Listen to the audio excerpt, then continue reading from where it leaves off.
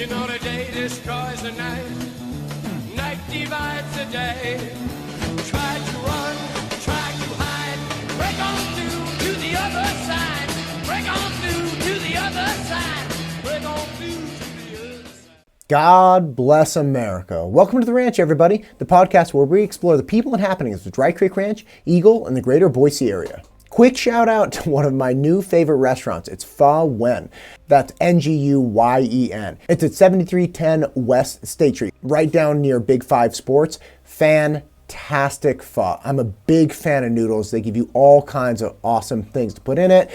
Basil and whatnot, and some fresh jalapenos, which I really enjoy. And it's not too far away from DCR, which again, I love as well. So again, Vallez, it is fantastic. Give it a shot if you like noodles. My guest today is a buddy of mine. He's a DCR local. He's a financial guy, and I really appreciate hearing not just what he does, but his perspective on the world, the offerings that he thinks are best for people to diversify their portfolio, and just chatting about different things like college for younger people, housing affordability, and just hearing where he thinks the world is kind of going in the next few years. But without further ado, the man, the myth, the legend, Jeff Vallez. Okay, so my wife's chili is bonkers. So first off, for Christmas, she actually got me a 5-gallon pot. So it's a giant steel pot. Yeah, because I saw them at Winco and I was like, oh my God, look at this this is incredible. But it turns out they're made of aluminum. And she's like, you don't want to mess with aluminum in the long run. And I think those ones are for, they're for brewing.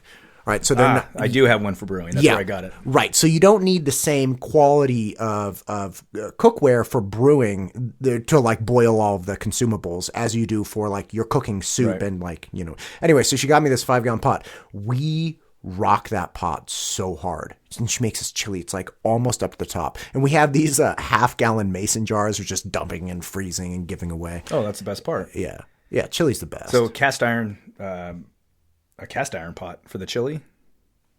That's delicious. Like a cauldron. Yeah. It's because they have the like Le Creuset, but that's like porcelain coated, right? Yeah, I like those too. Yeah. We have I love cooking. Yeah, so we have a Dutch oven, right? A blue one, and I think it was like a Kirkland signature. Whoever got it, it was good design.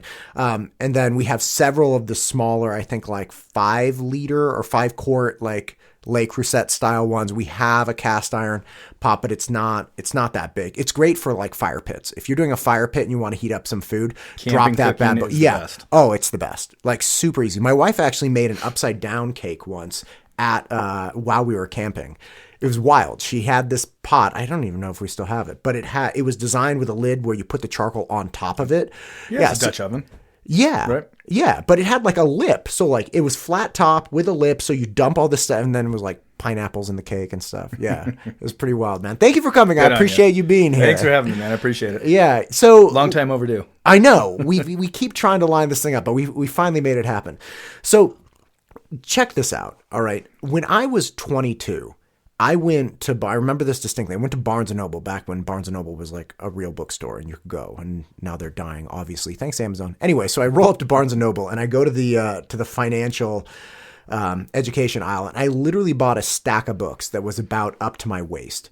And it was like boom, boom, boom. And I had read Rich Dad, Poor Dad, and it gave a list of books after that. And like Cash Flow Quadrant was the second one, and it gave a bigger list.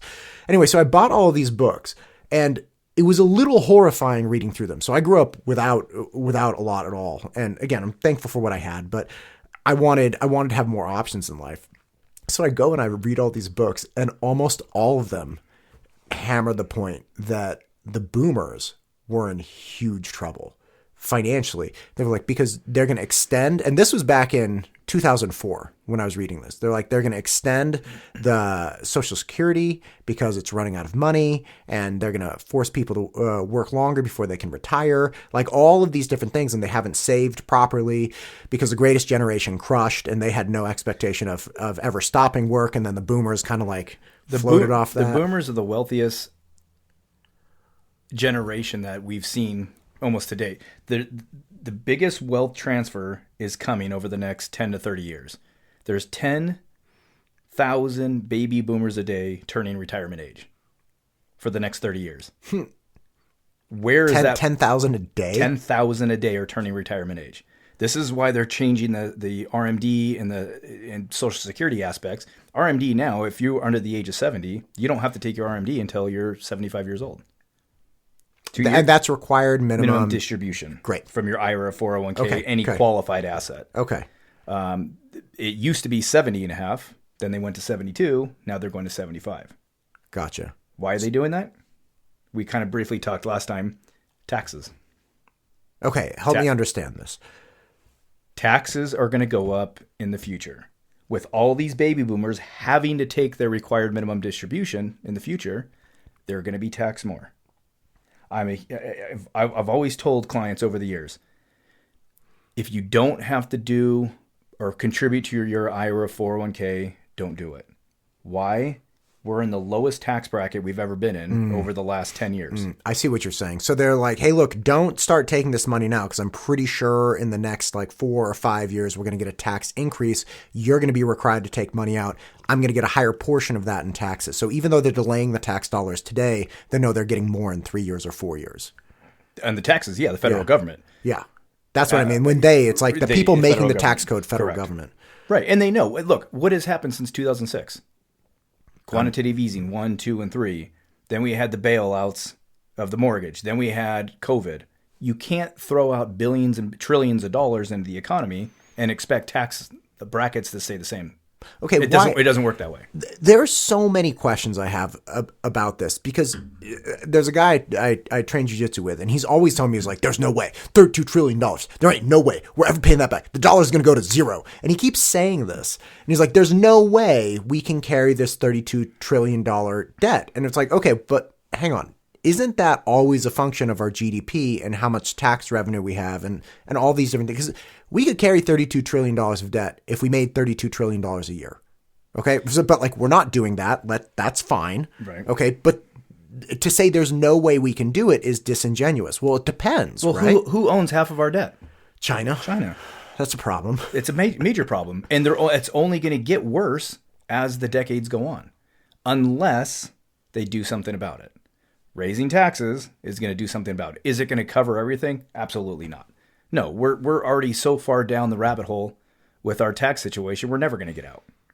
Okay, so what does that mean then? So let's make the assumption. Now, mind you, this is not that distinct from the way the average American lives, right? Like you buy a house, you almost likely never actually own the house outright. And I'm not saying there aren't some people that really are. Very few. You're right. Some people really are like, hey, I want to have this paid off. I have a dear friend whose dad was like intent on that. So by 50, he had his house paid off and that was his thing.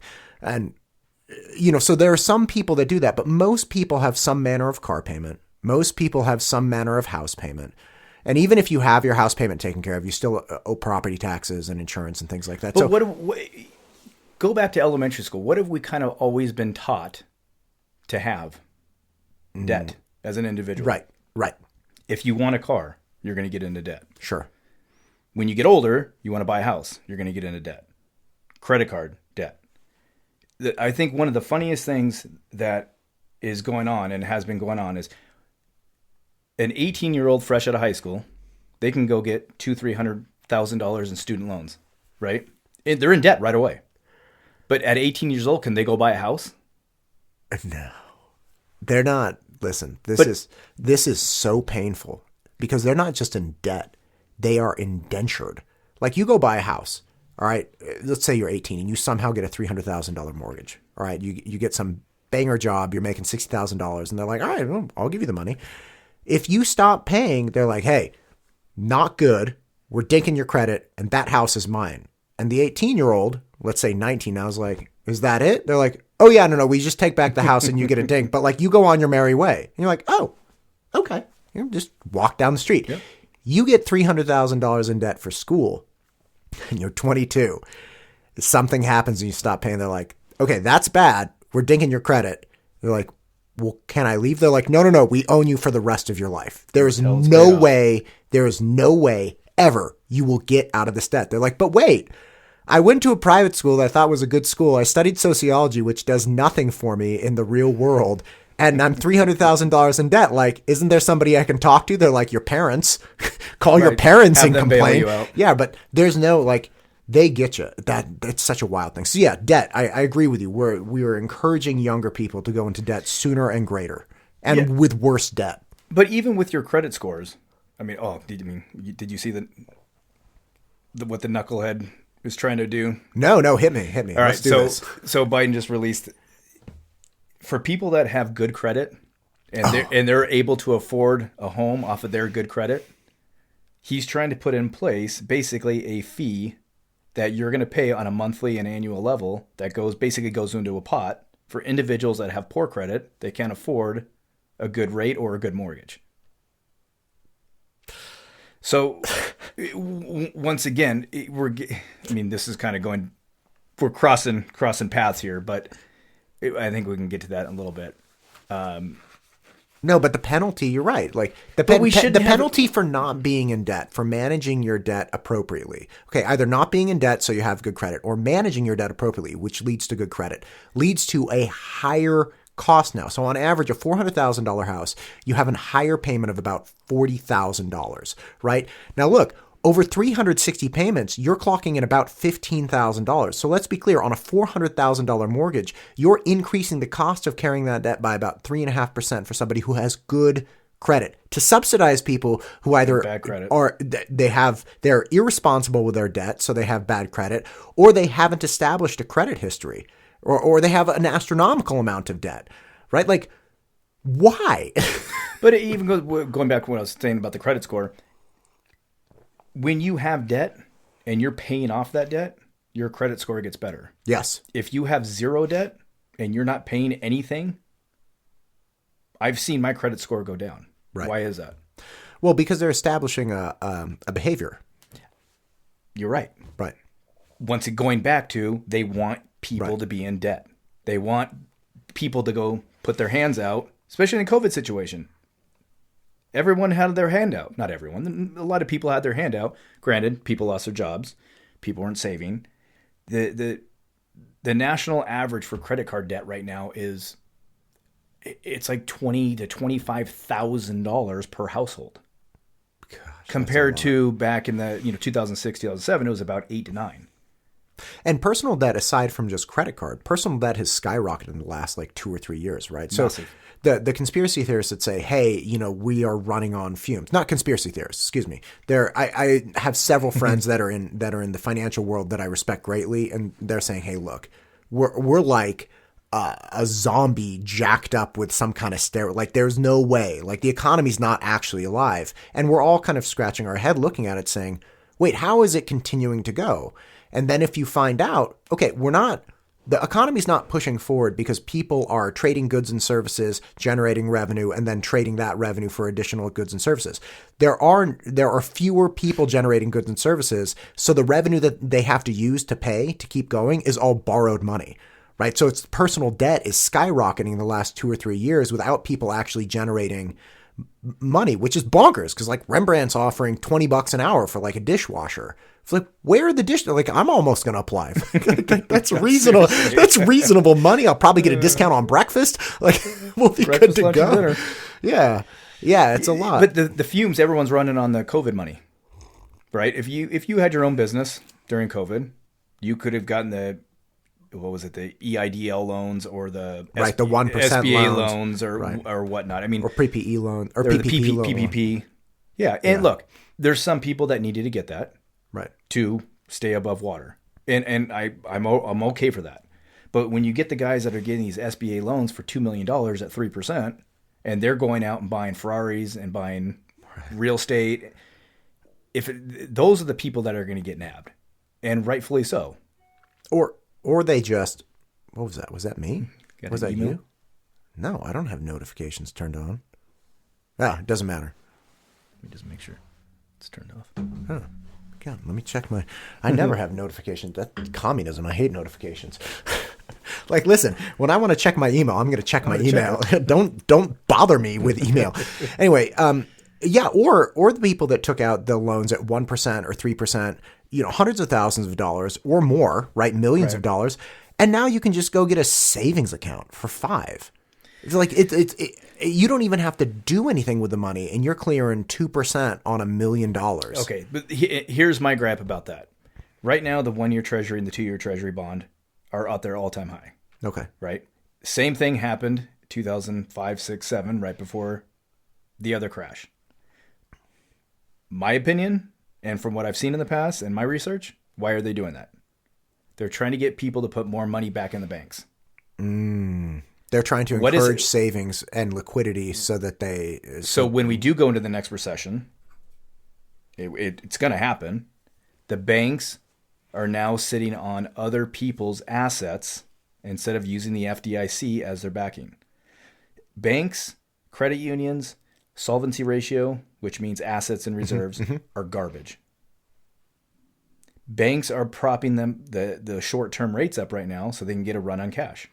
Over the last 10, 15 years, people have taken their money out of banks and put into insurance or annuities.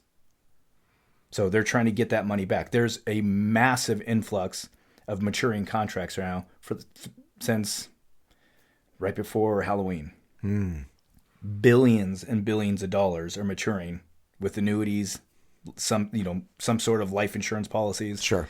And they're trying to get that money back over to the banking system. Right. Or all the people that just took it out because they're like, listen, as volatile and risky as just say the bond or stock market is, right? I'm getting what? 0.5% in this, trash CD at the bank. Like there's no way, which is actually another dear friend of mine was saying, look, the reason you're going to see a stalled out stock market for a prolonged duration is because people are going to start retracting their money, pulling it out because now they can actually get not a good return, but a return, not like super close to zero from just normal financial assets that don't have risk. And I was like, okay, look, that makes sense to me. I don't know a ton about it, but the bottom line is I know people were inclined to take more risk because they were losing just off of a base of 2 or 3% inflation. They were losing significant percents every single year. I mean, if you had say you had $1,000, right, and you were only making, let's say 0%, because that's effectively what it was. You were making 0%. Leaving your money in checking account over a period of 10 years. If inflation is 3%, I mean, unbelievable. Now your $1,000 is now literally something like over 10. So it's compounding. It would be something like $600 in purchasing power. You've lost 40% of your purchasing power if you were just sticking in the bank. So people were forced into the bond and the stock market. Yeah, I'm not a fan. And we talked about this before. I think the stock market is probably one of the biggest Ponzi schemes that's ever out there. You're handing your money over to these Fortune 500 companies to use your money to make them more powerful. That's just, in a nutshell, it's investing in general. But, I mean, I do have some assets in the market. I have to. The investment spoke on the wheel. I want to make sure I am diversified in so many different ways. But I do insurance-based products. I do annuities, cash value life insurance, long-term care, which these types of vehicles I think are the most underrated vehicles when it comes to financial planning. Okay, why is that? What goes back to when we're talking about debt from an early age. What are we always told?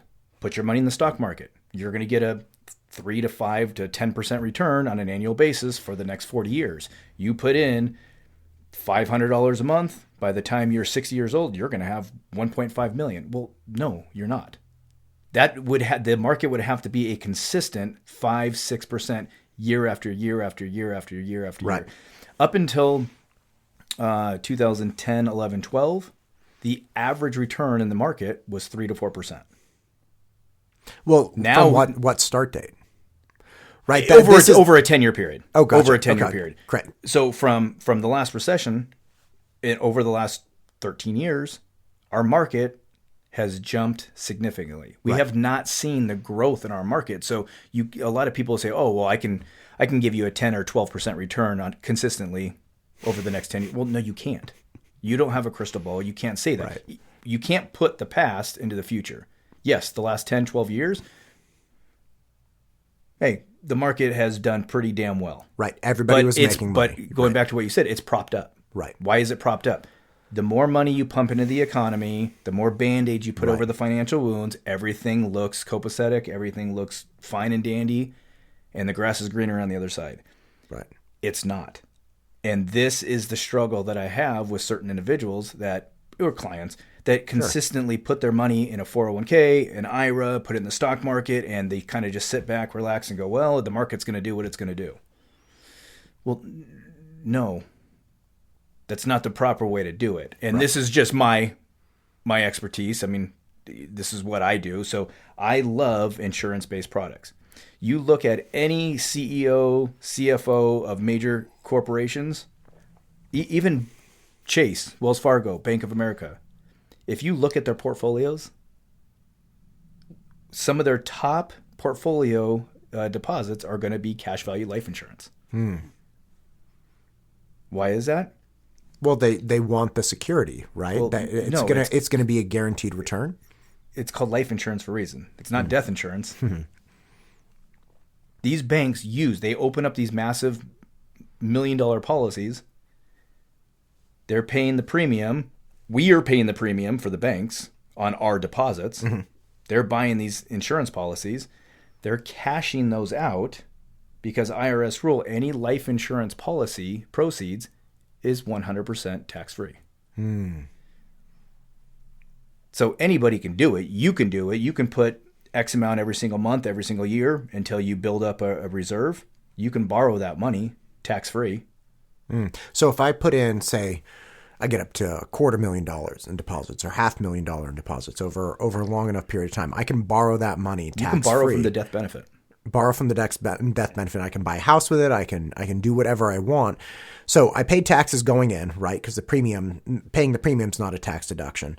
But then I can borrow against it and use it, and it gets paid out. Or, they get made whole essentially at some point in the future when I transpire, as long as I keep the life insurance in place. Right. It's a death benefit. Once again, if you pass and you have $1 million death benefit, who's going to get that money?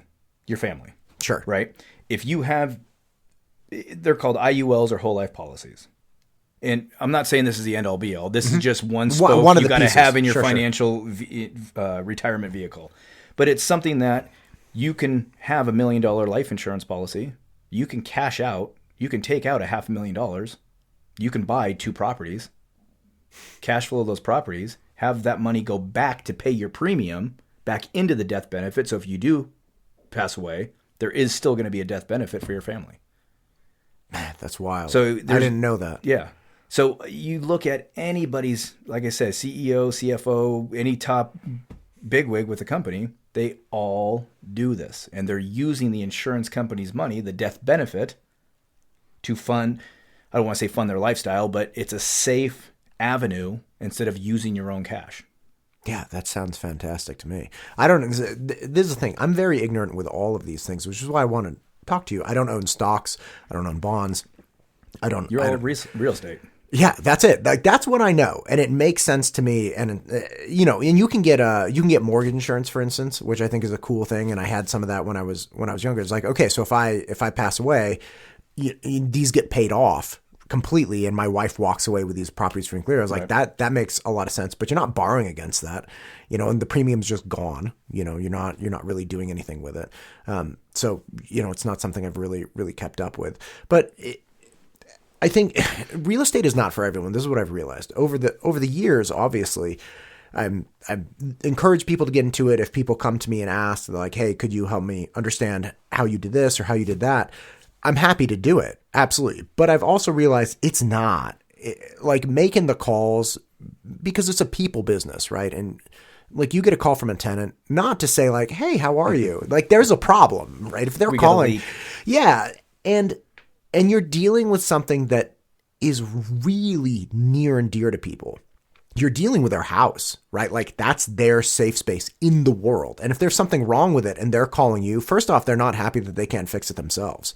And they're calling you and they want it done right away, right? Or they're and something's happening in their life and all of a sudden they've fixated on this leaky faucet, and the leaky faucet is the reason they can't sleep, which is why they're doing poorly at work and they're losing their job, and like, it's all this faucet's fault, right? Spiral. Yeah, right. So you get things like that. But it's not for everyone to pick up the phone and be like, okay, hang on. Let's work. I'm so sorry. Like, let's figure this out, right? A lot of people don't even want to apologize because they're like, that's not my problem. It's like, but it costs you nothing to just apologize. Just say sorry. You'll get on it immediately. And oh my gosh, like, I'll bring you some chocolates next week. Well, it's not your fault if the house does spring a leak. And you're going to do your best to get somebody out there to fix it. Right. But I think with generations with cell phones nowadays, everything's at your fingertips. So if somebody wants something done, they can go Google it, they can go do this and that, and it gets done like that. Right. So a lot of people look at, oh, well, if I am renting something and something does burst, I want them to come out and fix it right away. Because that's how reality works in some people's minds, right? Right. Is that reality? No. No. Reality is kind of, you got to sit back sometimes and take in what is out there. And if it can get fixed, it will get fixed. Right. When there's a timeline. It's your renter calling you calling the plumber maybe calling his guy that works for him, going, well, I'm busy for the next 2 weeks. I'll do what I can do. Right. It's just right. It's a spiral of. Yeah, it's not. You're right. So the alternative, of course, is like, okay, if you owned this house and you sprung a leak, one, you would be footing the bill, fine, and it's my responsibility to make sure I foot the bill. I'm not arguing with that, but you would also have to wait for the same plumber. Right. Like you're saying, like there's no direct, easy button. Like 100%. you can call them and have the same conversation where they say we're booked. But yeah, so again, I've realized it's not for everyone, and it's a really bad vehicle for some things. Right? Like, I think real estate is great for Rich Dad Poor Dad had this great analogy. He's like, listen, if you want to get across the country, how many options do you have? Like, you can walk, you can ride a bike, you can pogo stick, you can drive, you can fly, like you can do all these different things. And the different modes of transportation, they'll get you to the same place, but they all have their benefit, pros and cons, right? Do you need to get there really fast? Do you want to take in as much like scenic beauty as possible? Do you want to get exercise? Do you want to bike across the country, right? Do you want to show up in better shape? So all of these different things. And I'm realizing now at my point, it's like, well, you kind of have some downsides, you've gone all in this thing and it's fine, but you've neglected other aspects. Right? Well, and that's what I said earlier. The investment strategies that I look at is you got to have several spokes to the wheel. You're all in real estate. All right. So what's the downside of that? Like downside of having if somebody's all investment strategies? No. If somebody's like, say I was your client, okay, I come to you, I'm like, all right, look, I got this. I got some real estate. That's it. Okay. What do you think is, what are the risks I'm exposed to, and how do insurance-based products or annuities resolve that risk? Well, I mean, if being all in real estate, what's the worst thing that's going to happen? You're going to have a residential disaster, right? Sure. Right. Earthquake or something. And no, just home prices collapsing. Oh. You can have a $500,000 house. It goes down to $375,000. But if you have a renter in there, they're still paying the mortgage on it, right? And you're still cash flowing the property accordingly. Now, if they leave and rents have come down, now you could be screwed. Right. But Which you see a lot in the commercial world. Oh, 100%. Right? Oh, commercial world, yeah, 100%. Yeah. But I'm sure you've done your due diligence, it sounds like, and you have it. They're all properly cash flowing, and it's not going to hurt you in the short term, right? In the long term is you're hoping those homes double. Right. And when you're ready to sell them, boom, you're good to go. Right. Which is why age is a huge thing with getting into real estate. Like if you're talking to some 60-year-old, they're like, well, like I had an aunt once who came and was chatting with me, like, what do you think about me buying this house or that house? It's like, well, look, the problem is you're 5 years away from retirement. That's a huge problem. If you're, I mean, like the way I invested was like dummy idiot investing, which is, hey, no matter what happens in 20 years, I'll be fine. And, of course, you do things so that horizon is much sooner, but that as dumb as you may be, because you have to figure you're dumb when you're trying to invest, because that's going to drive you towards safety and clarity and simplicity, at least in my opinion. As dumb as I may be, this thing is going to help me. Well, if you need money in 5 years, real estate may not be the right thing for you. Like you got to have because getting in is hard, getting out is hard. You're necessarily going to lose money on both ends. At the very least, even if you get in for free, To get out is going to cost you about 7% if you're using a realtor who's worth their salt, right? It's going to be 7 or 8% with staging. But so you have to beat that 7 or 8% in that 5-year time frame to even break even. You know, so it's very tricky. So yeah, to your point, you could have a residential disaster, rents could go down, and if you need the money immediately, that's a real problem, right? Like you're not going to be able to get out of it fast. 100%. So going back to, you were asking Get this guy a little bit closer. Okay. There you go. You know, what is an average client that's coming in? So I haven't advertised or gone out and try to get new clients in several years just because of my current clientele base and referrals. But I love when new clients come in because it's a simple question that I asked them. What are you looking at accomplishing? And every time I ask that, they're going to regurgitate exactly what they want. 9 times out of 10, somebody's got, they've got a couple $100,000 sitting in a savings account in a bank that's been sitting there for decades that they've never touched.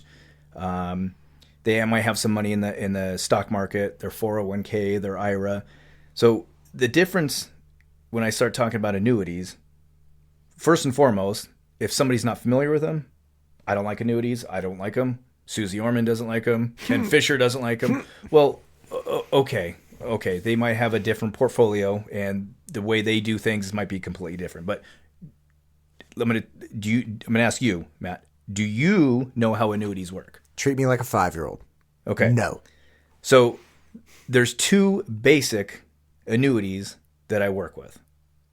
The first one is going to mimic a regular bank or credit union certificate of deposit. Great. It's going to be a 1-year, 2-year, 5-year, so on and so forth. Sure. You put your money in, death, terminal illness, nursing care, you or the beneficiaries can withdraw the funds. You can take interest, monthly, quarterly, semi-annual. You can do whatever you want to do with it. Just it's a term deposit. Great. Right? Difference between a CD type annuity and a CD at a bank is they're tax deferred.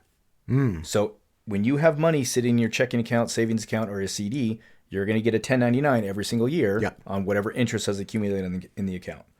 On an annuity, you're not going to get a 1099 every year. You're only going to get a 1099 if and only if you take constructive receipt of whatever interest has accumulated in the account. Great. Right? Now, when an annuity matures, you can roll it over to another annuity. Tax deferred. So it's like a 1031 on a piece of real estate. Exactly. It's actually called a 1035. There you go. So same IRS ballpark. rules. Exactly. Same rules. So that is your CD type annuity. Your other annuity is going to be what is called a FIA, fixed index annuity. Okay. A fixed, just on the simplistic side of it, a fixed index annuity can be a 5-7 year or longer. Fixed index annuity is going to be based off of the earnings of the S&P 500. Gotcha. Right? Now, what you can do in an indexed annuity is you have a pot of, let's just hypothetically say you put $100,000 into a fixed index annuity for a 5-year term. You can allocate those assets any way you want. You can do 50% into the S&P 500. You can do 50% into a fixed category. So 50% of your money is going to make X. Right now, it's anywhere between 4 and 5%. On the S&P side, it's going 14 to 18%, depending on the carrier. Sure. So you can do 50-50. Every year on the anniversary date, you can reallocate those assets internally within the contract. Once the contract has matured, all those funds get put back together, and you can cash it out, roll it over, transfer it. You can do whatever you want to do with it, completely penalty-free.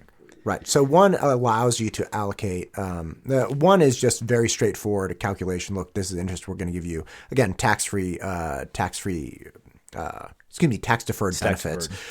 And the other, you get to allocate towards something that's obviously distinctly more risky, like the S&P 500. Well, yes, but in an index annuity, your worst earning potential on the S&P side is 0.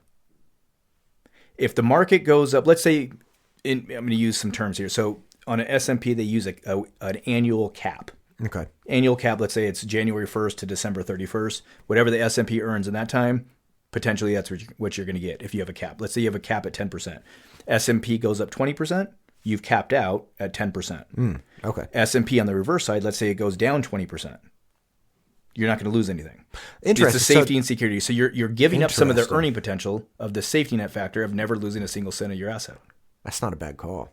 I had no idea that was a thing. Now, and this is what I think is hilarious is when I talk to clients and I go, conservative, moderate, or aggressive? Well, I'm conservative. Okay, where are your assets? Well, I have a lot, a couple $100,000 in the stock market, some bonds, some mutual funds. Okay, so you're more moderate to aggressive. No, I'm super conservative. Well, you're not. So if the market drops 20% tomorrow, are you going to be okay with losing 20% of your asset? No. Okay, well then, once again, you're moderate to aggressive. Right. If you want to be conservative, you put backstops in. You can, but a lot of advisors don't talk about that. They just want to take the cash because they're getting a residual on their book of business every year. Right. So this is where I start talking 50 and older with the index annuities. It's like, look, if you want to put some into an index, take it out of the market, put it in here, you're never going to lose anything. You're going to have the safety net, plus you still have some earning potential on the fixed diversified account internally within those allocations. So what sounds more conservative to you? Market or this? Right. So, and this is, once again, the spokes to the wheel. I want to make sure that not only myself, but I love to see how people do invest their assets. It's interesting. Yeah. How do you to make all of these things work? Okay, so the life insurance is different because you can, grab that and sort of, well, I guess it's not because you have to fund it. What age do people have to start doing this to effectively nail it down? Because I feel like whenever I've talked to financial people, they say, look, 90% of the people come too late, right? Or on the back end of it. And that just, it kills me. It's like, dang it, man. And there's no way to convince a 22-year-old, or very difficult to convince a 22-year-old. It's like, listen, you get into it now, you're going to crush. Like, you're going to be really happy. And again, I was very concerned about it as a 22-year-old, so I got into real estate when I was very young. But it's like, I owe my 22-year-old self a dump truck. Like, he crushed. And totally just time. It takes time. I'm 41 now. Right? That was 20 years ago. And it seems that most people kind of start coming to the realization that they have to start making big moves at like 45. And then it's like, well, 20 years is 65 and you lost this big cycle. So when it comes back to those cash value life insurance policies, there's several ways that you can access those funds. And it's all based upon the conversation that I have with clients. A, you're doing it for a death benefit. Sure. B, you're doing it for cash value or accumulation value. B, you're using them for a tax-free income at retirement. So back to your question, when my kids were born, I opened up these cash value life insurance policies. I put $100 a month in there for my kids. If they maintain just this one policy off of $100, it's like $125,000 or $130,000 a year that they'll have for tax-free income for the rest of their life. Wow. At retirement age. At retirement age. But I did it for that particular reason. Now, I'm in the process of opening up a couple more for my kids. If you're under 18, $100, maybe $150 is max you can do. But I'll do this one for the accumulation value. So they can pump as they start working and they can put money into it. When they want to buy a house, they can borrow from that. They can buy a house. What I'm trying to tell my kids is get a house earlier, get some buddies to rent a room, take that money, you're paying yourself back in a life insurance policy. Right. That's trying to explain to people that it's far more advantageous and fiscally possible to purchase some manner of rental property prior to purchasing your own personal residence. They're like, no, but like everybody gets a house. I'm like, I know. But hear me out. Just hang on there. And it's almost like they're like, well, I don't want to be buying somebody else's house for them before I buy my own house. I'm like, I understand that. Like, I get it. But if you just sock away these things first, just one or two before you go and dump, because once you start buying your own primary residence, first off, you always want to step it up. when you get a chance, right? Because they're like, hey, let's get a bigger house or let's get a better house. You're taking money out. You're dumping like all of this love and attention, and you're nesting, right? You're building garden beds and stuff. And then it's like all of your time and attention goes into this. And if you had just snagged one before that, you would have been fine.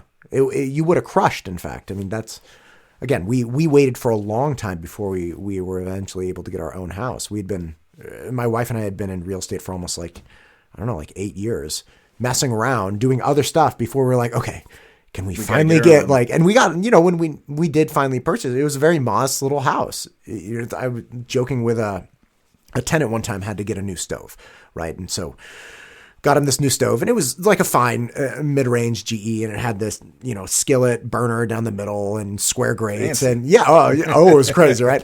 They're like, wow, this is really nice. I'm like, yeah, it's better than mine. Yeah, you're welcome. Congrats. Again, yeah, we lived very simply like that, but it enabled us to do those types of things. But yeah, it's always this money pit. Like your house is always this money pit that you just throw tons of your income at, and then you need a bigger one and you want to add on and redo the bathroom, and it's like a yacht, except not quite as bad. Yeah, right. Well, that's pissing money away right there, that's for sure. But yeah, right. I know.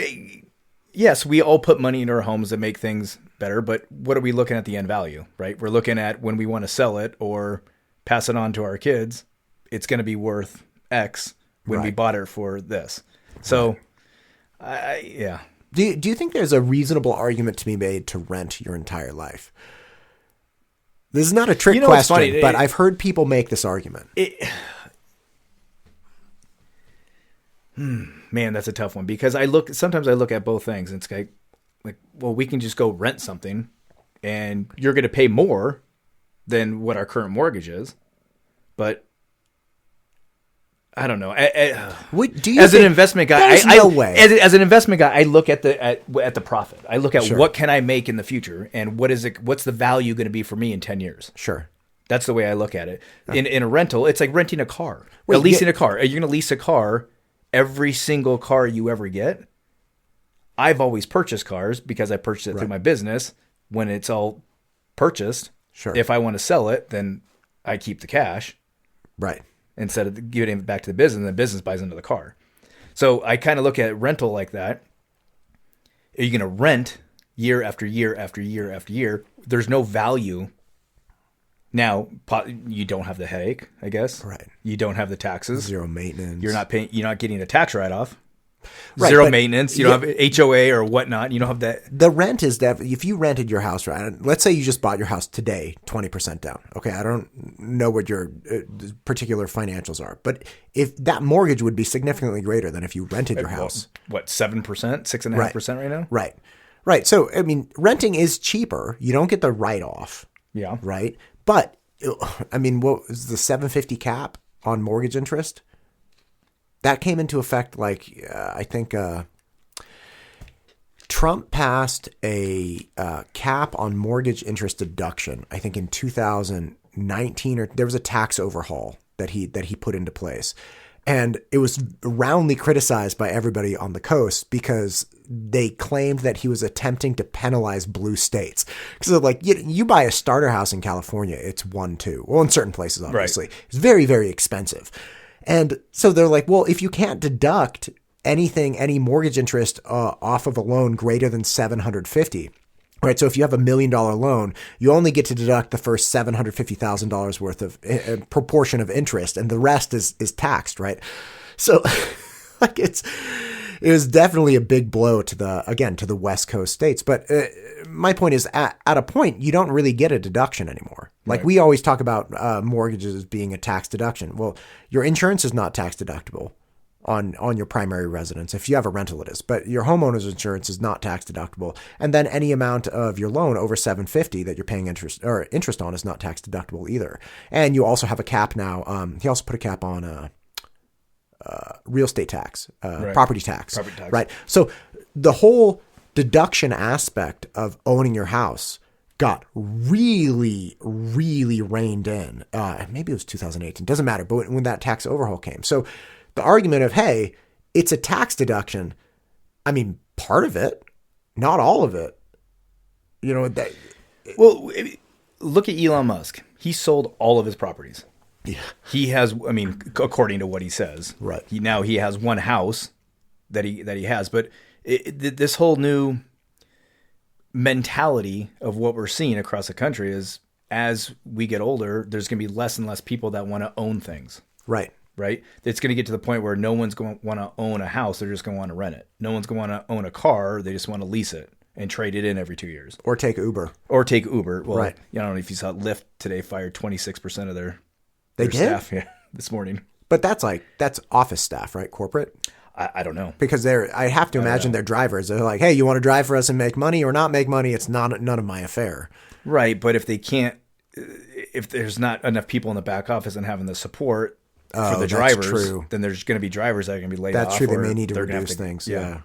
Yeah. Unfortunate for Lyft. California went after them hard, man. Those damn unions. It was wild. The whole nature of, I'm not going to allow you to, in good conscience, make a contract or an exchange with somebody that you both agree to. It killed. It was like the Uber drivers wanted to drive for Uber.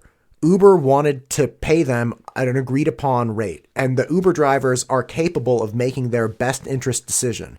And the fact that the state of California comes in, they're like, you're not making a decision that's right for you. It's like, well, how do you know? They're like, we're going to put all these regulations and requirements and all these other things because it's going to be better for you. It's like, maybe you let me figure out what's better for me. Right? But that's the government. The government wants, the government knows what's best for us, don't they? And we don't know what's best for us. So painful. Just go down. I didn't mean to go down the rabbit hole. Because No. We could be here for hours talking about that. But I agree with you. I think people, and I'm even running into that. I have this small little Nissan Frontier, right? It's parked somewhere in the Bay Area. Whenever I fly back to deal with property stuff, I just Uber to the Frontier and, go around. But I'm looking at it like, why do I have this? Like, I only need to drive, I don't know, a couple miles each time and just bop around and deal with things and go back. It's like, I could just Uber. I'm not going to be paying insurance. The vehicle's depreciating. I'm going to have to maintain it in some manner. It's like, I'm losing money every single year significantly. And, gas and this whole thing of like, I think there's a strong argument to be made coming in the near future for why own a car if you're in a certain density. Oh, I totally agree with you. Yeah. And for you, yes. Why have that car? Right. I thought it'd be a great idea, but it's like, this isn't really that. And how many times a year are you flying back? Oh, not that many. I mean, things. So just like probably, handyman deals stuff. So there's a broken something. It's like, call Joe. I don't know. Right. It'd probably behoove you just to sell that and then take an Uber or Lyft everywhere. Right. But yes, San Diego, LA, San Francisco, Seattle, just the West Coast. Right.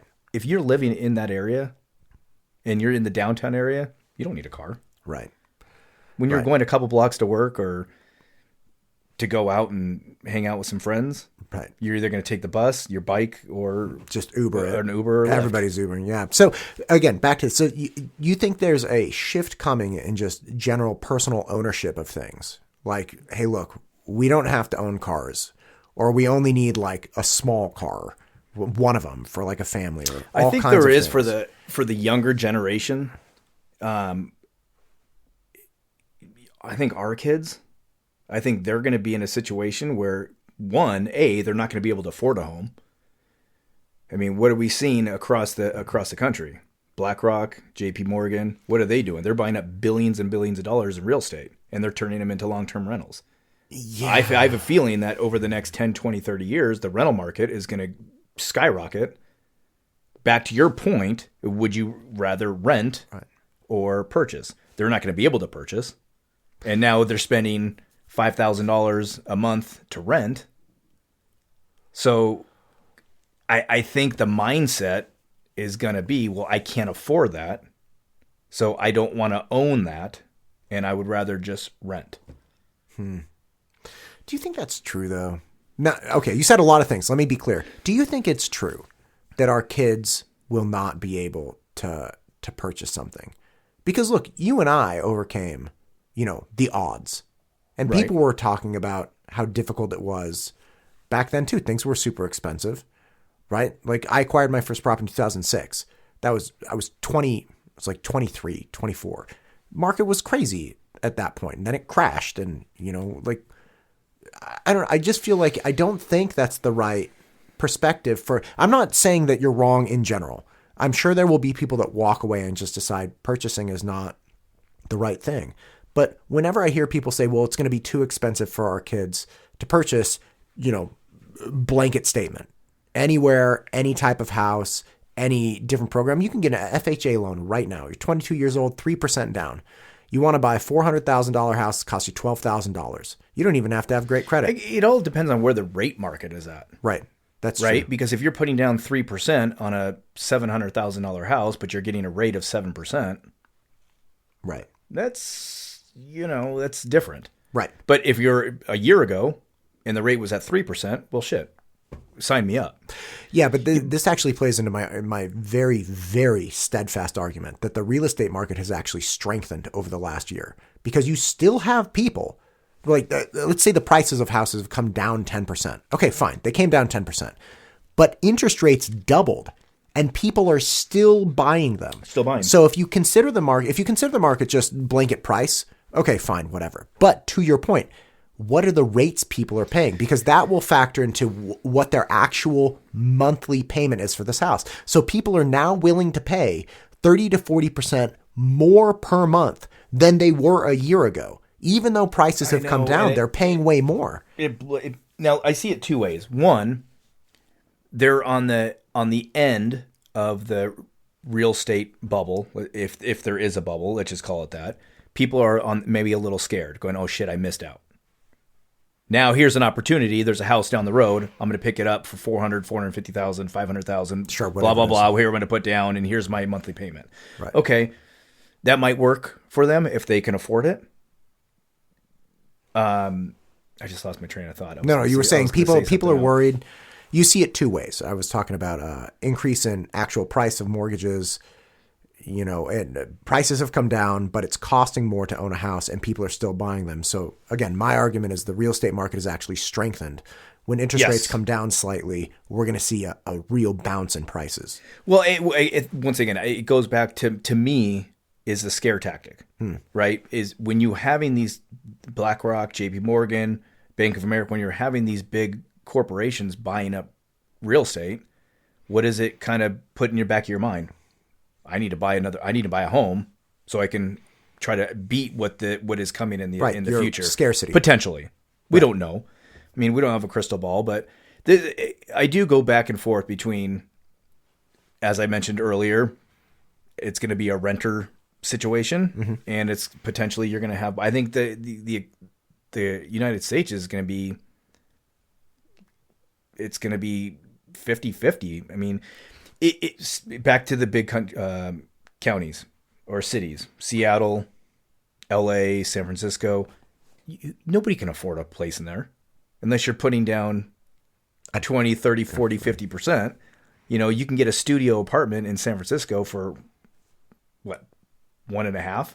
But yeah, they're a lot. What kid at a college is going to be able to afford that?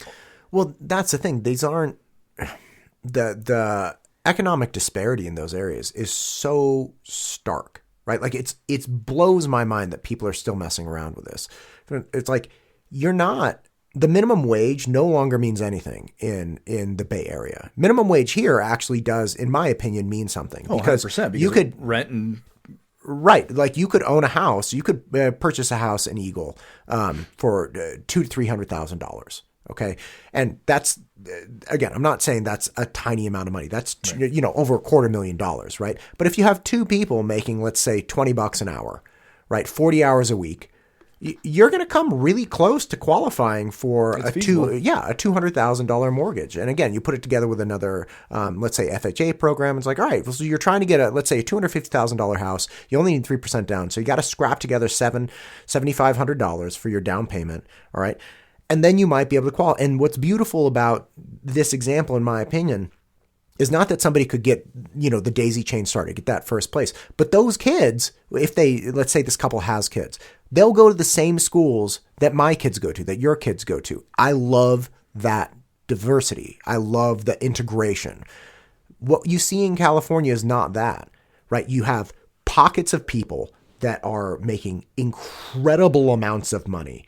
nestled right next to these just incredibly volatile, depraved areas. There was a security guard at Home Depot in Pleasanton, that's NorCal area, just east of San Francisco, and east of Oakland specifically. Security guard at Home Depot who got shot and killed. It was like a week ago. And then there was a car chase that ensued. And Pleasanton's a very nice area. Pleasanton. It's very pleasant. Right? Pleasantville. Yeah. And near Lawrence Livermore Labs, like very good employment base, very good schools. And of course, the car chase ended in Oakland. These guys drive, it's 20 minutes away from Oakland. So they're like, all right, let's just get in our cars in Oakland, go rob some people in Pleasanton or Danville or Livermore or wherever, and then we just drive back. So you have Oakland, this very violent, higher in violence, obviously, than these. Yeah, right. Thank you. Come on. I don't mean to put everyone down. No, it's like, but it's the whole mentality of, I mean, especially California is such an absolute disaster in these big cities, is that these smash and grabs and all this crap, and they get a slap on the wrist. They go into jail. They get. I was just talking to. A buddy who was an ex-cop. Now he moved up here. He was saying that they would basically arrest somebody, go to booking, basically drive back out to the front, and pick them up, take them back home.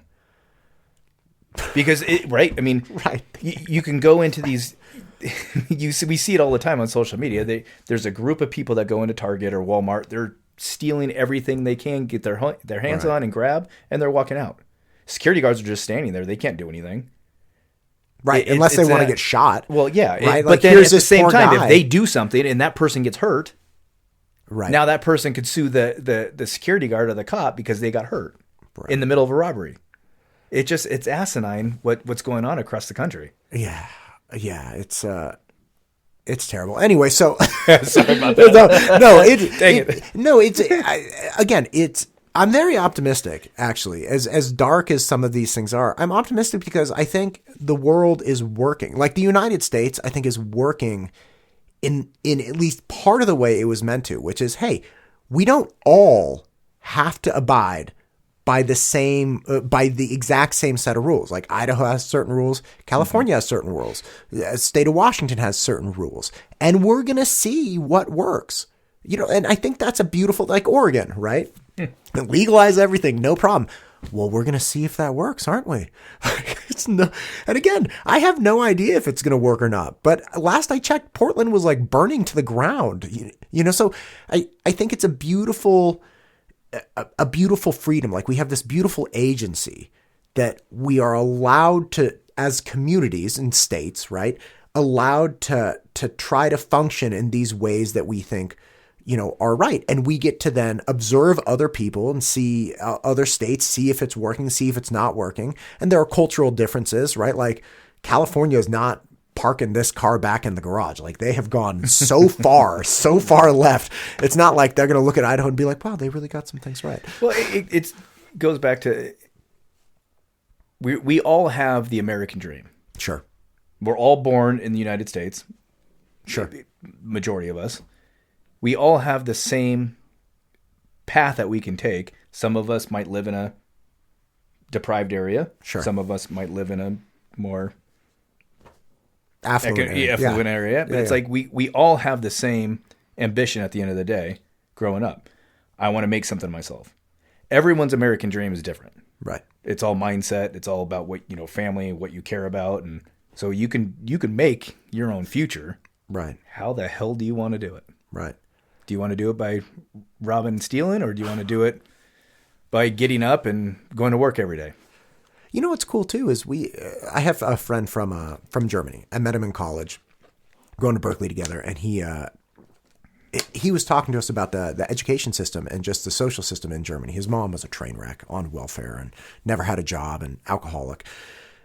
And he worked really hard as this, totally neglected kid, just scraping by, getting into these opportunities because they started putting them on different tracks at a really young age. So, it's like 10, you get split at the age of 10, you get split up like more successful, less successful. And then at the age of 13, it's like, okay, you get put in here, you get put. And then at the age of 15, they're like, okay, you're going to this engineering academy and you're going to janitor school. You know, like it's Seriously, pretty, that's how they have it? it's pretty early on. You get selected and you have the option to go to these upper tracks, but they're splitting them up from a very young age. And of course, don't quote me on the ages and stuff, but his position was essentially that he had gone through these upper level things and was in this, it was a rowing academy and engineering. And we were rowers in college.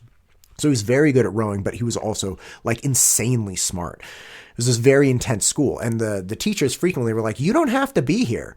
You can go to this other place. Like if you're going to be here, you better show up and crush this thing. I mean, academically, athletically, the whole thing. But what I've realized is cool about the United States and the system we have is we give you every opportunity you can stomach to totally fuck up. Like you can be a train wreck. I have a relative, okay, didn't graduate from high school, right? And like just a mess. And again, I had a very rough upbringing, sibling of mine. Anyway, so he doesn't graduate from high school, moves into San Francisco, does a dump truck of drugs, makes every bad decision you could possibly make. And then around 21, 22, kind of like, I'm going to go back to school. And people are like, go back to school? Like you. So he gets his GED, in like a week and signs up for City College of San Francisco, right? JC, publicly funded, so it cost him like $100 a semester or something ridiculous. Like there's free college everywhere if people want to find it. Goes to the JC, goes to UCLA, another public university, and then graduates and goes to Princeton for a PhD, right, in neuroscience. So like, and now he's loaded, right? It's very checkered past, right? But this path to success for him, and I don't believe the college is right for everyone, but the path to success for him was totally like, hey, I've screwed up every single way you could possibly imagine. But the second I decide to turn around, here's free college, here's, financial support, here's all of these other things. So you're not stuck into like the plumber's academy at age 16. You have this immense flexibility to become whatever it is you want to become. It's interesting you brought up schooling because college, I think it's not for everyone. No.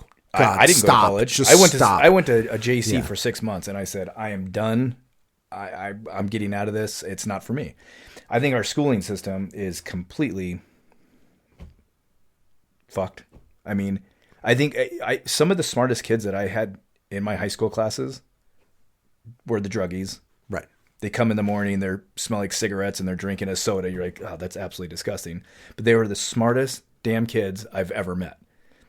They weren't socially interactive with others, but I would always talk to them. And I mean, like I said, the smartest sons of bitches, but yet they come to school high. Right. They had a lot of maladaptive behavior. But I think our schooling doesn't adapt to all ends of the spectrum with children. It's everyone needs to have the blinders on. And if they have one blinder off or both blinders on, it's like you have to create your own path. Right. And I mean, I think my son gets bored. He's like, Dad, I'm so bored. And we'll sit there and, he's a math whiz, absolute math whiz. And he'll look at something and he'll be like, blah, blah, blah, done in 2 minutes. Right. Where others are taking forever to do it, but they don't, he might be, different in English and speech, but excels in math. So it's kind of hard to place these individuals. So, but being bored in elementary school or junior high is going to kind of I don't want to say potentially put you on the wrong path, but it's like, well, 1,000% it does. If you're okay, the gold standard for kindergarten, public school is like a 5-year-old attentive girl, right? Yeah. That's it. That's just all there is to it. My 5-year-olds, when they were 5 and 6, they were like nuclear bombs constantly going off. Not unintelligent individuals or incapable, but just bored, not into it, just too much, right? Well, okay, what happens then? Okay, so you have you got some people that can sit there and pay attention, and then you got my kids going like bonkers, right? Intelligent, but just can't handle this system. Well, of course, then people are like, hey, that's kind of a problem, like this is an issue. And we saw this in California. Here has been great, right? But the public school in California, my experience was absolute garbage. Like, we were in one of the top rated school districts in all of California. But what you come to find out is the top rated school districts in all of California attract people with money because they want to send their kids to a public school. They're like, I'm not paying for private school. We're going to public school. Public schools that are good attract people that can afford to live there. This whole spiral goes out of control.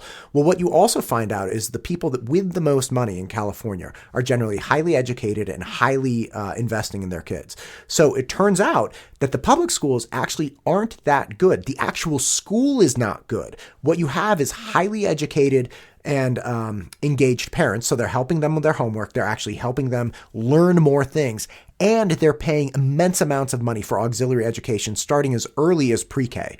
Right, like the number of people that I had know that reached out, they're like, "Hey, do you help like 4-year-olds? Like, help with what?" They're like, "Well, I really want my kid to get a jump start." Like, the kid's 4, he wants to eat mud and hang out. Like, what are you talking about? Can he color within the lines? Right? Can he draw a head and a smiley face? Like, how does his body, with a stick figure look? Like it's bonkers. So the school district was actually trash. What you found out is that people paid on average $10,000 to $20,000 a year per kid for auxiliary education, and the parents were helping the kids as well. So anyway, what you find out is that the school is not trying to work with students that are intelligent, capable, but just can't sit on the little stupid carpet in the perfect square perfectly for, hours at a time. They're like, well, he's kind of a problem, so we're going to put him over here. Or like, he's got to go to the separate room during this time because he gets too antsy. It's like, why don't you run him in circles until he drops and then bring him in and then we can start this conversation over. They don't do PE anymore. Right. It's not like, look at like those old videos of kids in high school during PE. Right. Back in the 50s and 60s. They were shredded. They're doing the monkey bars and they're just, their shirt off, they're jacked. You're like, okay, that's a different.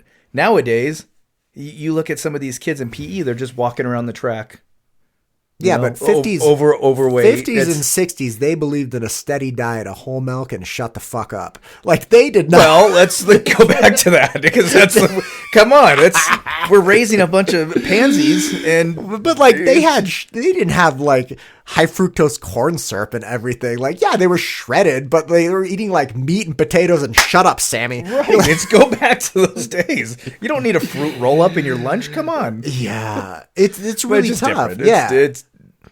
Yeah, and again, different. I don't think they're taking, I think from an education standpoint, they're just not, again, my experience raising my kids up until a little while ago was in this really highly educated, type A, insane environment. And there was only one track. Like, I'm so happy, I'm so optimistic, going back to optimism, I'm so optimistic about raising my kids in this community because I meet people like you or my buddy Keller who, very, very successful, didn't go to college, upstanding, great contributor, raising good people. It's like, see, kids, if you want to go to college, you can. But if you don't, your only option is not Jiffy Lube. Like, you have a world of opportunity. And I feel like the community in general actually tries to cultivate other interests. Like the Eagle High School has this incredible 3-page list of different electives people can do. It's like welding tradesmen or like you have right. Trades, you have respectable avenues that aren't like, okay, did you make it to calculus? Well, so my daughter is a freshman at Eagle and wonderful. She can take electives to get college credit. That's great. I didn't have that growing up. I don't know that. So by the time, if she does, I think it's every semester she can do a class. I forgot how many credits she gets, but by the time she graduates high school, I think she has maybe like a first semester of college already accounted for. Dude, you crushed. So that's so great. And then I don't know. So you say college is not for everyone. I'm not a big believer on colleges.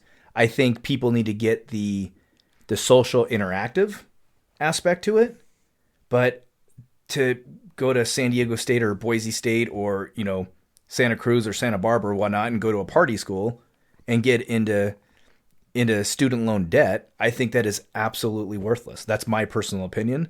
Right. Yeah, you're having a good time. You're experiencing your late teens, early 20s, but I don't know. I've told my kids, like, look, JC, it's minimal out of pocket. You're going to get the same education. Right.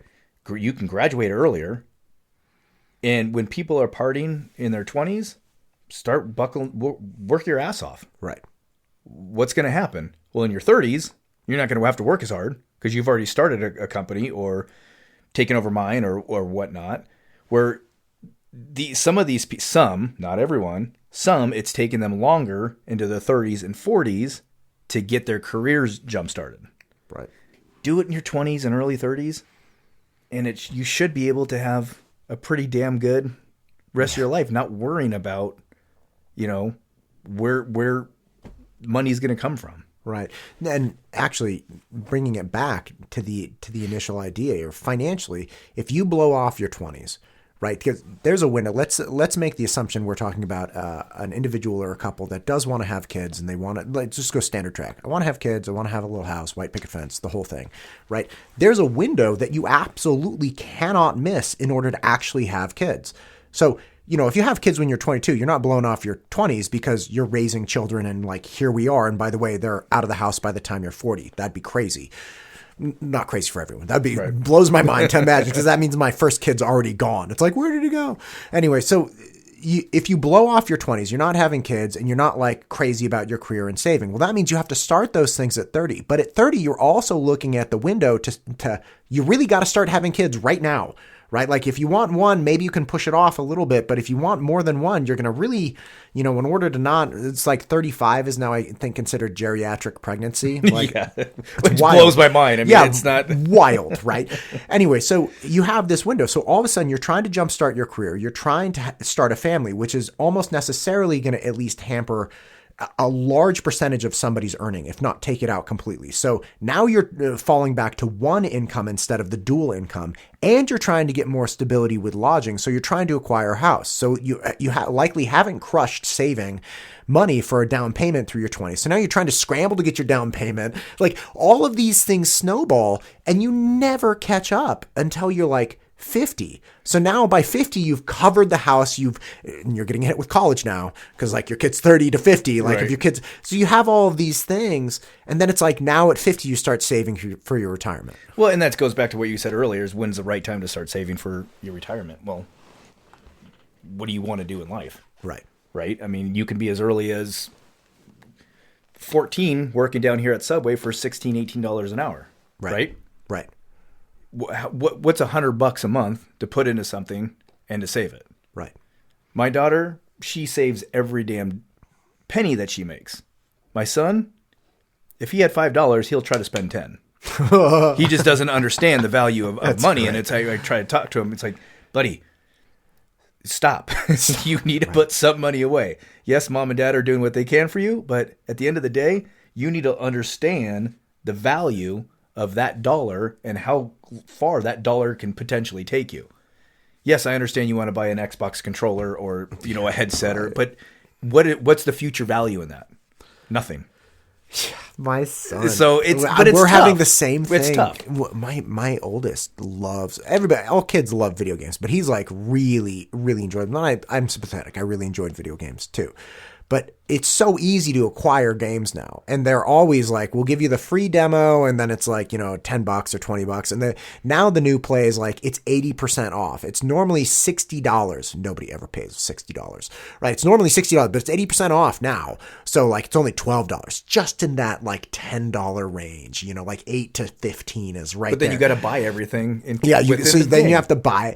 So we set up this thing. He's like, I have birthday money though, right? Like, shouldn't I be able to spend some of my birthday money? We're like, oh, shit. Okay. That's kind of fair. So like he gets a couple games, and now it's like his birthday money's gone, and even though he has a little bit more discretionary money, we give our kids a small allowance and make them split it into a save, spend, and then donate, right? So a portion is always going to be donated, portion's always going to be saved, and then like another portion you can do whatever with.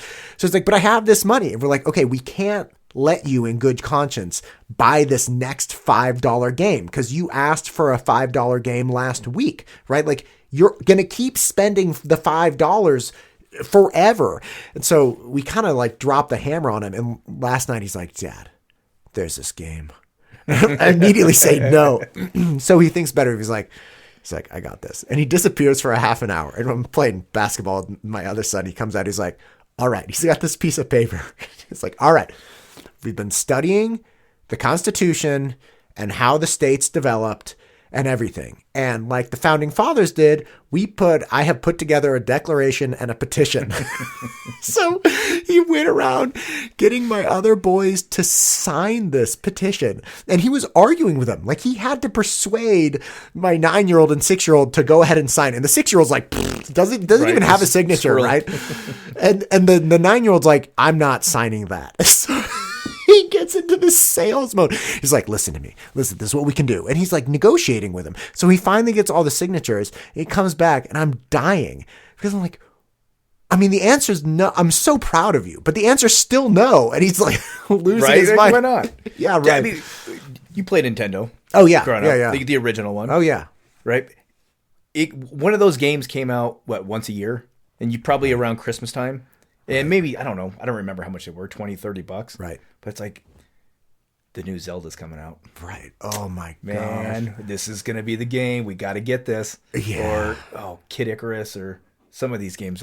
But yeah, Paperboy 2 comes out. Paperboy. Oh, yes. And then they got into the cycle of not just new games, but new systems, right? So then you had Super Nintendo came out, and now now the old games you have are like, oh, that's for the SNES, right? Or NES, right? And then it's like, you got the Super Nintendo, and then you got Sega. Sega. Sega, was it the 16 or the 32 when that came out? It's like, this thing is top notch. It's pretty wild. Then you had then everybody went to discs, because I think it was Sega had...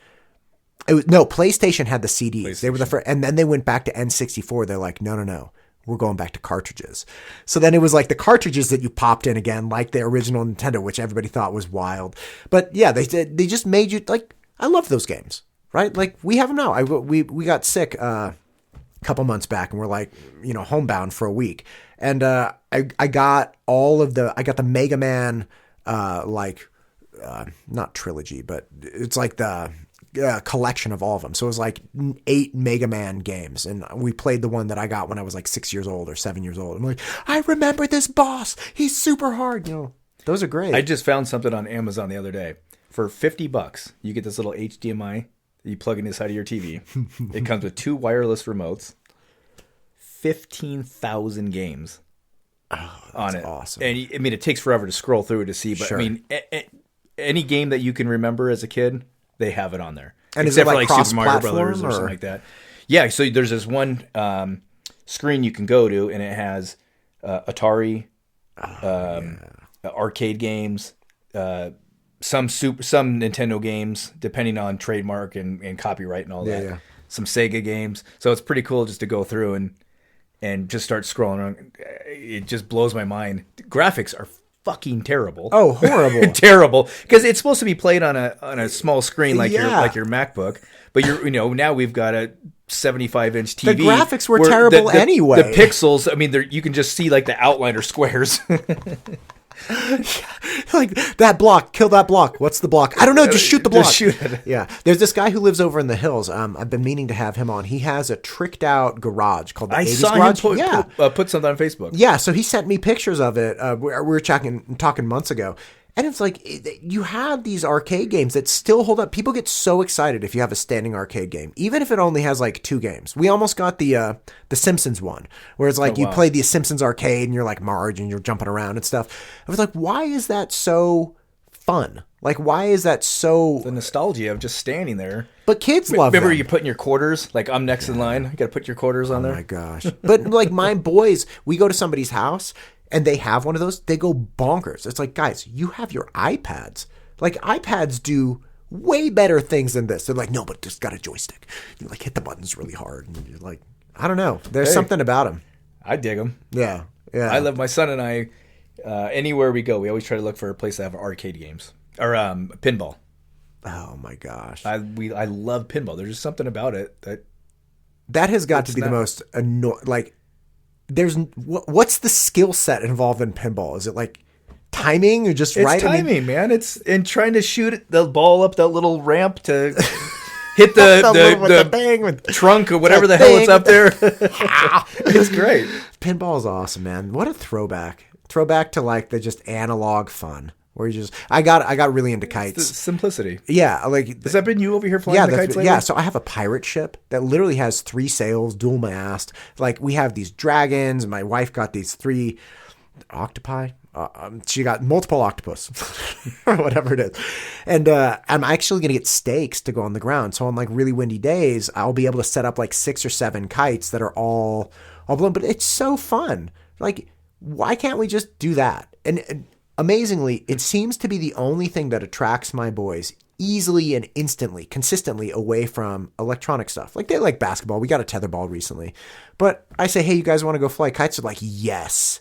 And there's just something about watching the dragon floating up there or the, the jet in the sky. I mean, it's beautiful. It's really fun. Do you find yourself as you get older reverting back to just the simplicity of things? Like, for instance, flying a kite. Yeah. I mean, flying a kite, you're just sitting there with a string, potentially 2. Yeah, right. And you're moving it back and forth. And it's kind of like fishing out in the middle of nowhere, right? Yeah. You're fishing and it's peaceful. You kind of have your own thoughts and you're doing your own thing. To me, it's the going back to the simplistic things of being a kid, which our kids don't. I don't think our kids have that or have had that. Well, look, I think there's a lot there. I think for me, I've had this kind of come to Jesus moment in the last several months, and I've known this for a long time that the things that you will ultimately find most gratifying likely cost the least money. 100%. But what they do take is time. And that's the problem, right? So I think ultimately what you will find is like, you read a great book. Well, fine, that takes like 10 hours, right? Or like you want to go fly a kite. You got to have the time when the wind's blowing and then just go sit and watch your kite. You go fishing, perfect example. How much does it cost to get tackle, reel, the whole thing? Probably not that much. Like, I'm sure you can spend a lot of money if you want to, but you just get a dumb fishing pole and go out and stand in a river or stand on the bank and watch the water go by and cast this line. It takes time, right? So time ultimately becomes the most expensive thing that we as like middle-aged guys have to come to terms with. Because to get that time off, you need to be financially backed or squared away. And that's, my dad pointed this out to me. He was like, look, when I was a doctor in, my 40s, it was all about like where we were going to eat on the weekend, what we were going to go do, like some activity always cost money, never cheap, right on the edge of like, you can tolerate it. But that's what you did because you had very little time. You needed a quick punch of something. And so for me, the kite thing is like my pirate ship kite costs $30 and it's awesome. And I upgraded, instead of that stupid U-shaped kite thing where I upgraded to like a reel, right? And that cost $12. It's like, so here I'm in at $42 and I'm watching this pirate ship kite fly. I'm like, God, that's the damnedest thing. But that's it. Simplicity. Yeah. And back to your point, you had time. Right. It's relationships, simple stuff.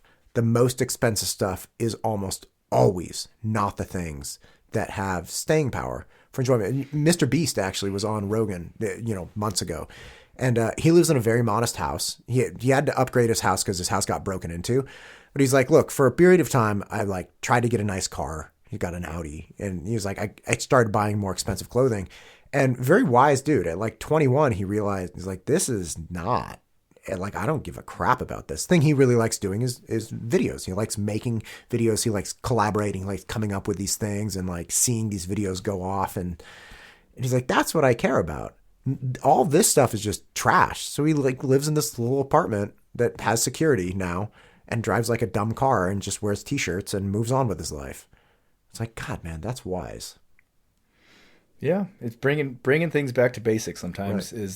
is the easiest / hardest, but makes you happy. Right. Makes you happy. I mean, I'm sure there's going to be a kite company that comes out with a subscription. It's like, you get to keep this kite, but it's 99 cents a month. We'll give you the kite for free. But you get a new kite every month. Right? That's coming. Why not? Subscription. Everything is subscription. Right. That's actually everything we do. I got my kids old consoles like Wii's and like an N64, retro version, because you can't upgrade anything. Like And the games the Wii games from 2007, dude, they hold up. They're hilarious. I was just playing bowling the other night with my son. Dude, it's so great, right? It's great. So fun. Like my buddy broke our light in our living room years ago because we were playing tennis. We were getting so crazy, and he's an Olympian actually 3 times over, super competitive, and just smashed the hell out of this light.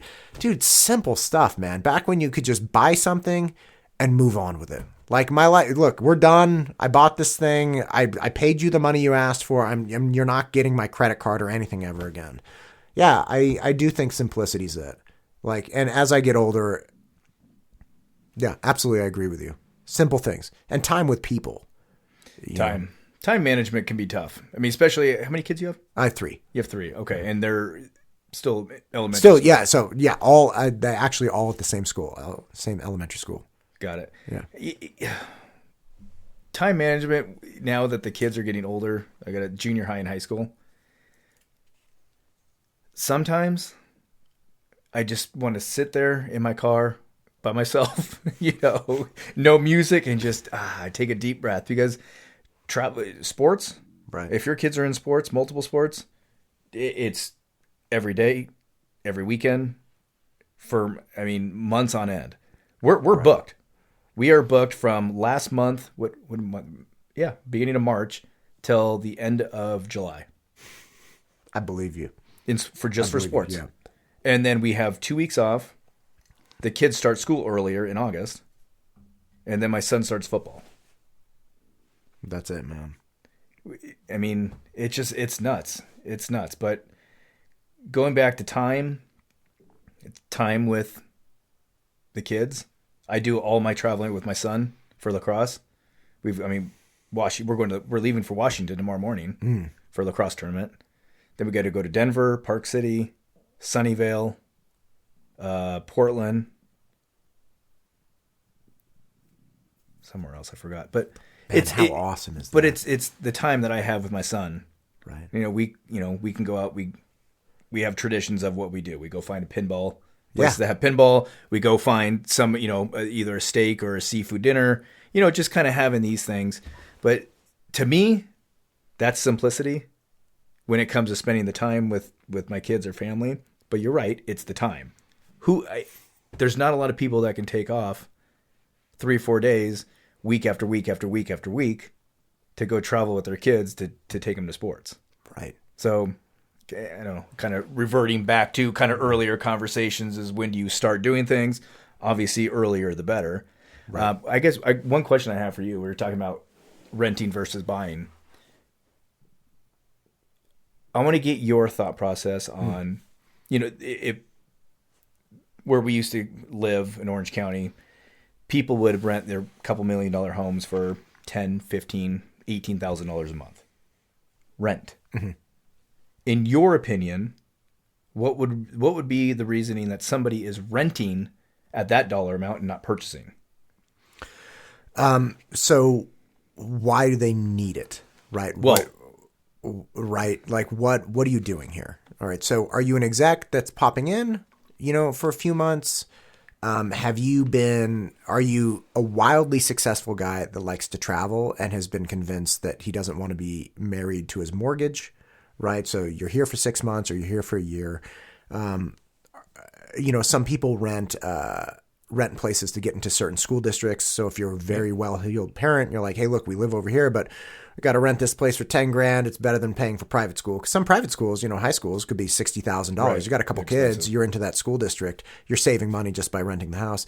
You have all manner of different reasons why people would rent instead of buy. But again, once you start going up to the $20,000 mark, you're talking about somebody who's not really concerned with making the most out of every single dollar. They have substantial discretionary income, and they're like, I like the view, whatever. And I'm going to let him deal with the lawn maintenance. I don't, believe in any of that. You also have people that use, you might have somebody who's using it as corporate housing.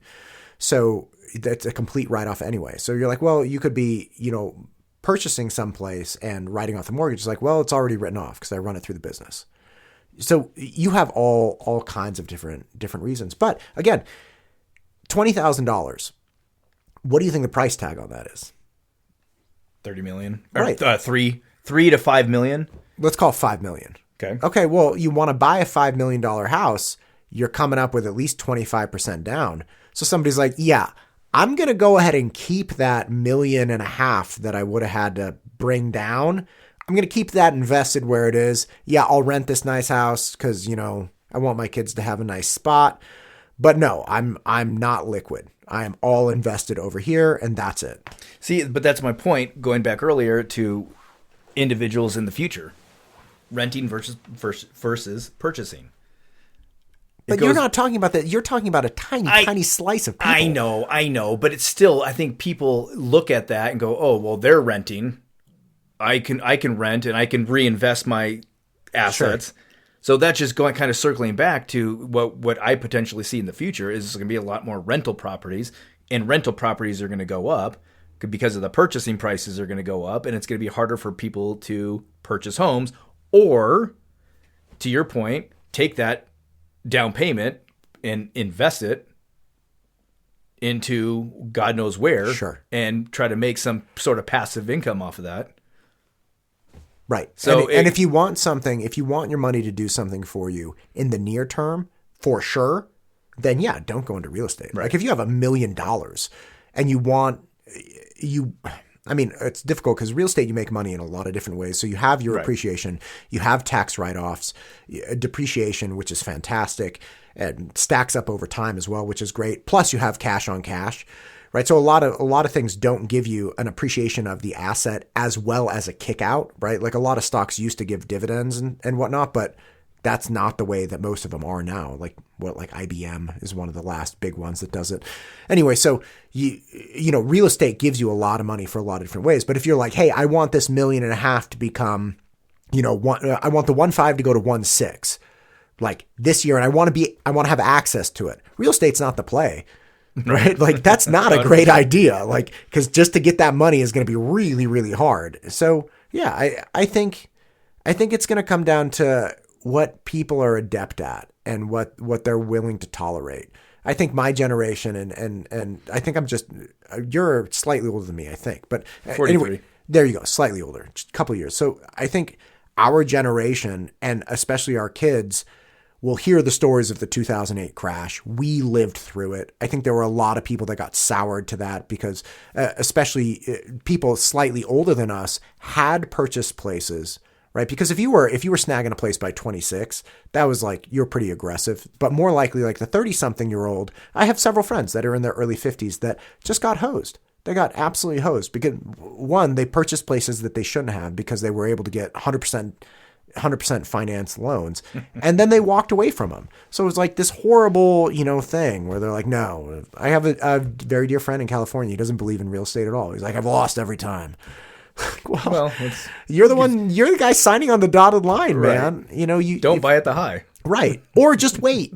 You buy at the high, just wait. Just don't do anything right now, and it'll be fine. Right. And then, of course, they get burned, and then they start trying to time the market. This exact guy, right? He was trying to buy this place right when COVID broke out.